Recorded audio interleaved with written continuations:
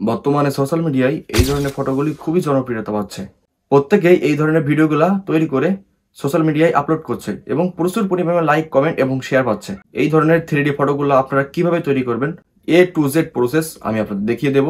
এই জিনিসটা আপনারা আপনাদের মোবাইল ফোন দিয়ে 1 মিনিটের মধ্যেই আপনারা তৈরি করে ফেলতে পারেন।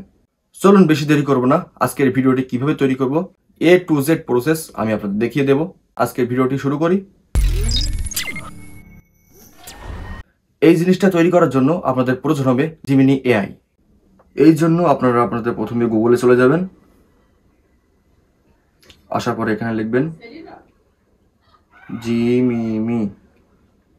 এখানে প্রথমে যে ওয়েবসাইটটা আছে এখানে আমরা ক্লিক করব। আসার পরে এখানে দেখছেন আমাদের কিন্তু ডিরেক্ট হয়ে গেছে। অনেকের হয়তো বা আপনার এখানে জিমেইল দিয়ে কানেক্ট করতে হবে, সো সমস্যা নাই।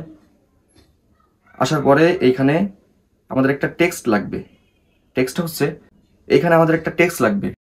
আমরা এখানে যে 3D ফটোটা তৈরি করব, কিভাবে তৈরি করব, কি কি জিনিস আমাদের এখানে থাকবে, এই ফ্রন্টে আমাদের এটা লিখতে হবে।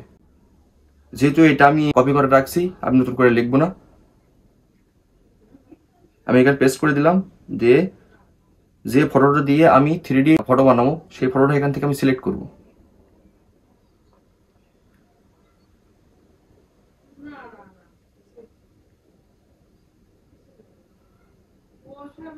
সিলেক্ট করার পর এখানে যে ফর্মটা লিখছি এটা আমার আগে থেকে তৈরি করা ছিল। এটা আমি আপনাদের ডেসক্রিপশন বক্সে দিয়ে দেবো, এখান থেকে আপনারা কপি করে পাস্ট করে দিবেন। এখানে হয়তো ভিডিওটি প্রসেস করার জন্য কিছু সময় নেবে।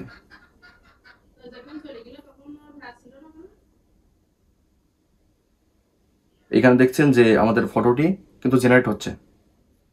এখানে খেয়াল করলে হয়তো আপনারা দেখতে পাচ্ছেন যে আমার যে 3D ফটোটা কিন্তু এখানে তৈরি হয়ে গেছে। এখান থেকে আমরা কিভাবে ডাউনলোড দিব, প্রথমে ছবির উপর ক্লিক করব, উপরে যে ডাউনলোড অপশনটা আছে ওইখানে ক্লিক করব। কিছুক্ষণ লোডিং নিচ্ছে, আমাদের ফটোটি কিন্তু ডাউনলোড হয়ে গেছে।